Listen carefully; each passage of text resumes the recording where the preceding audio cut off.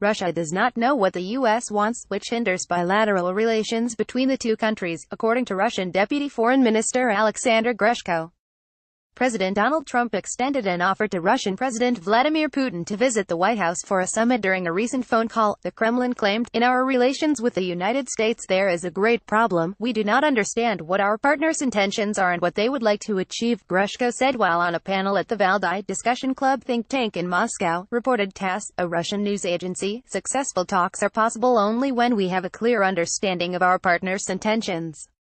Then we can start a discussion on how to reconcile these goals and intentions. Tensions between Russia and the U.S.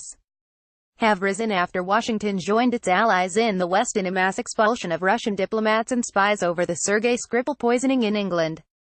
President Donald Trump chats with Russia's President Vladimir Putin as they attend the APEC Economic Leaders Meeting, part of the Asia-Pacific Economic Cooperation (APEC) Leaders Summit in the central Vietnamese city of Da Nang on November 11, 2017. Mikhail Klimantyev, AFP, Getty Images. Trump's campaign is the subject of multiple investigations into alleged collusion with the Kremlin to interfere in the 2016 presidential election.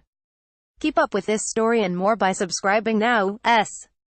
Sanctions against Russia, first implemented after Moscow invaded Ukraine and annexed the region of Crimea in 2014, remain in place, and were increased in January 2018. The U.S.